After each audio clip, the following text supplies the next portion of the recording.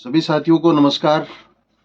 मैं निर्मल कुमार आज के फेसबुक लाइव कार्यक्रम में आपका स्वागत करता हूं।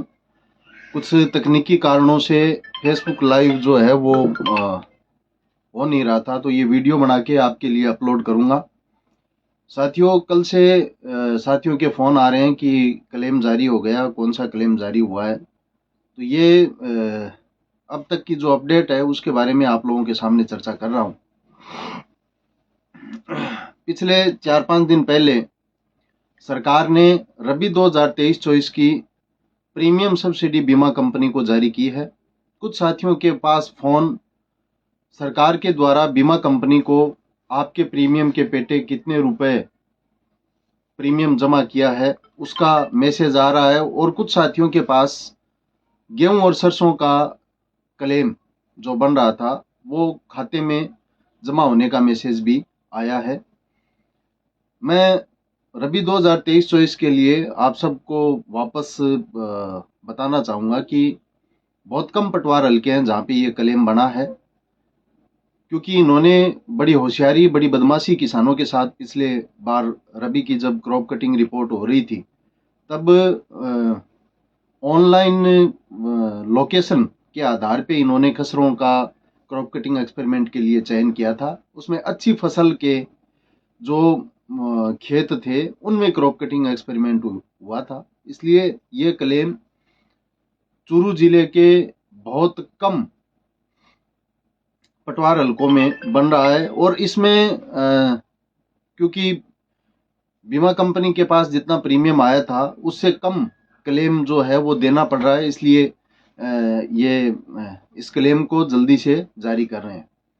बाकी जो मुद्दे हैं, बाकी जो क्लेम हैं, उनको लेकर के अभी सरकार और बीमा कंपनियों में एक अजीब तरीके की रस्साकसी है, क्योंकि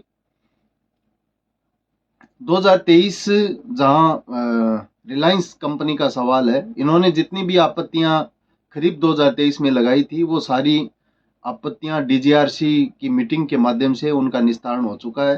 राजस्थान सरकार को उस क्लेम के अंतिम फैसले के लिए भेजा हुआ है। लेकिन आप सबको पता है कि सरकारें फसल बीमा योजना में, फसल बीमा अधिसूचना में बहुत सारे संशोधन समय समय पे करती रहती है। वर्तमान में सरकार की स्थिति ये है कि फसल बीमा क्लेम देने के लिए और प्रीमियम लेने के लिए अकेली बीमा कंपनी उत्तरदायी नहीं है, बल्कि सरकार ने भी अपनी हिस्सेदारी इसमें डाल ली है। सरकार का जो चरित्र होता है वो लोक कल्याणकारी होता है, इसमें नफा और नुकसान नहीं देखा जाता।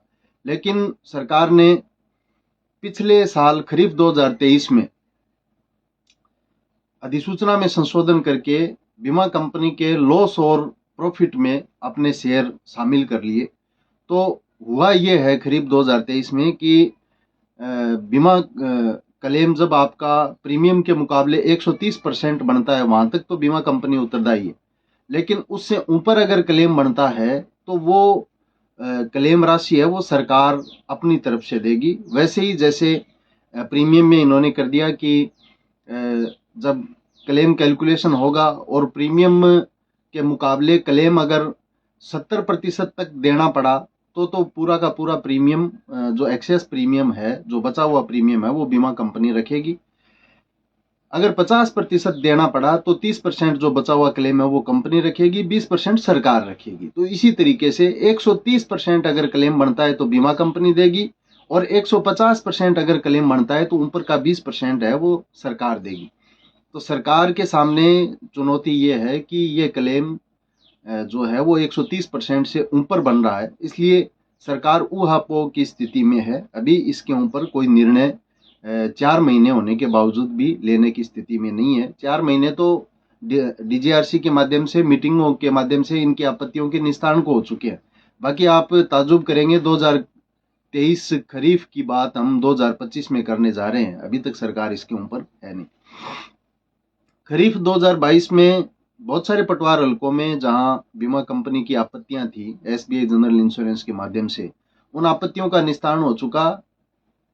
डीजीआरसी जिला के माध्यम से भी हो गया, एसजीआरसी जो स्टेट है उसके माध्यम से भी हो गया। बीमा कंपनी ने भारत सरकार में इसकी अपील कर रखी है वहाँ पे अभी तक इसके बारे में कोई प्रोग्रेस हमारे सामने अभी है नहीं, अभी तक हमें इसके बारे में अवगत करवाया गया नहीं है।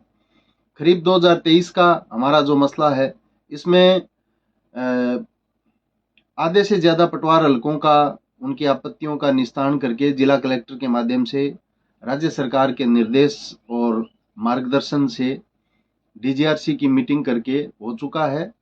सिर्फ स्टेट गवर्नमेंट को ये कहना है कि इन पटवार हलकों का क्लेम जारी किया जाए। वहाँ पे उनका ऑब्जेक्शन था कि फसल कटाई प्रयोग होने के समय हमें सूचना नहीं दी गई, हमें मौके पे हमारी मौजूदगी में नहीं हुआ, हमें लेके नहीं गए हमारे बीमा कंपनी के प्रतिनिधि को। तो जहाँ पे उनके सूचना के ऊपर हस्ताक्षर है और उनकी मौजूदगी के फोटोग्राफ वगैरह हैं, उन पटवार हलकों का फैसला हो गया। जहाँ पे उनकी सूचना के कोई एविडेंस नहीं है, जहाँ पे उनके उपस्थिति के कोई एविडेंस नहीं है, वहाँ पे राज्य सरकार ने भारत सरकार को लिखा है कि इस स्थिति में देश के अंदर अगर कहीं दूसरी जगह कोई इस तरीके का घटनाक्रम हुआ है, उसमें अगर भारत सरकार ने इसका निस्तारण किया है तो हमें मार्गदर्शन करे। वो मार्गदर्शन भी अभी भारत सरकार ने राज्य सरकार को किया नहीं है। ये खरीफ 21 की स्थिति है। लेकिन हमारी क्रॉप कटिंग रिपोर्ट को उन्होंने मान्य कर लिया, उनके सारे ऑब्जेक्शनों को इन्होंने खारिज कर दिया। सारे ऑब्जेक्शन जो थे एक सेट परफॉर्मे में थे। 171 पटवार हलकों के फसल कटाई प्रयोगों के ऊपर इन्होंने आपत्तियां पेश की थी। ये फसल बीमा क्लेम से संबंधित इशू है। दूसरा बड़ा जो इशू है वो है रिजेक्ट पॉलिसियों का। ऋणी और गैर ऋणी किसानों की जो क्लेम आपके खाते में जो मैसेज आ रहे हैं प्रीमियम सब्सिडी जमा होने के और क्लेम जमा होने के, उसमें बहुत सारे किसानों की पॉलिसियां इन्होंने रिजेक्ट कर दी। एस्पल बुआई को लेकर भी कर दी, मिसमैच क्रॉप को लेकर भी कर दी कि बीमा दूसरी फसल का है, फसल कटाई प्रयोग है, बीमा दूसरी का है, मौके पे बुआई जो है वो दूसरी फसल की है। एक इशू ये भी था कि मौके पे बुआई नहीं है लेकिन फिर भी बीमा है।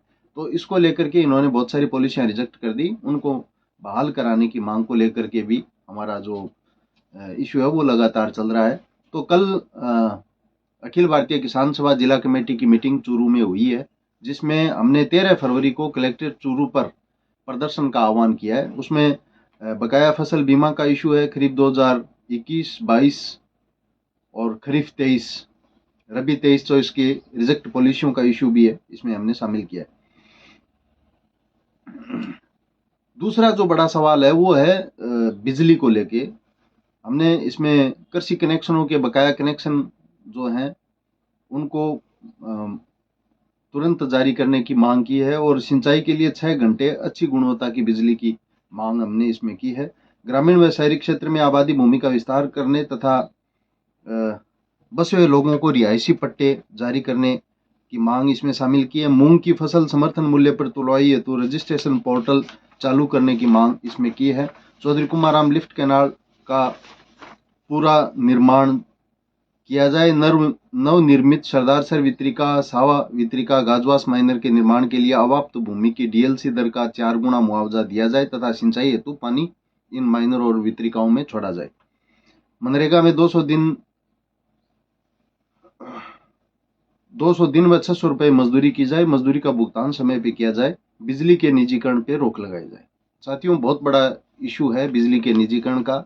अकेले राजस्थान में नहीं, पूरे भारत के अंदर पूरी जो पावर है, पूरी बिजली है, वो सरकार अडानी और अंबानी को देने जा रही है। और स्मार्ट मीटर के नाम पर न केवल कृषि कनेक्शनों के जो ट्यूबवेल के किसान हैं उनको परेशानी होगी, बल्कि आम उपभोक्ता को भी इसमें परेशानी होगी। इसमें सिस्टम आने वाले समय में ये करने वाले हैं जैसे मोबाइल में रिचार्ज है, रिचार्ज करवाओ, जितने दिन का रिचार्ज है उतनी बिजली चलेगी, उसके बाद में कट हो जाएगा।